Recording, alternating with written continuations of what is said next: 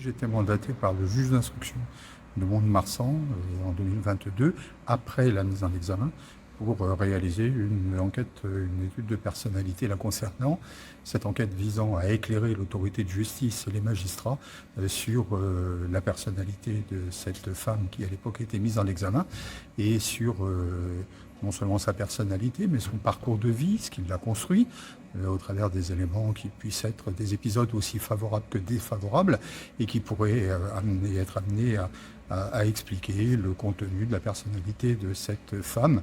au jour de la mise en examen. Si vous voulez, moi, il ne m'appartient pas de donner des conclusions, il m'appartient de faire de manière très factuelle un constat, une personnalité d'une grande complexité,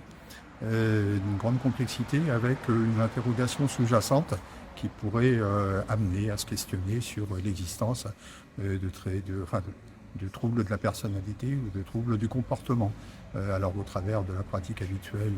du mensonge, de la pratique de la mythomanie, d'un comportement, d'une attitude qui peut s'avérer parfois assez théâtrale dans la posture, dans la manière dont on surjoue les émotions. Voilà à peu près ce qui était de nature à intéresser la Cour.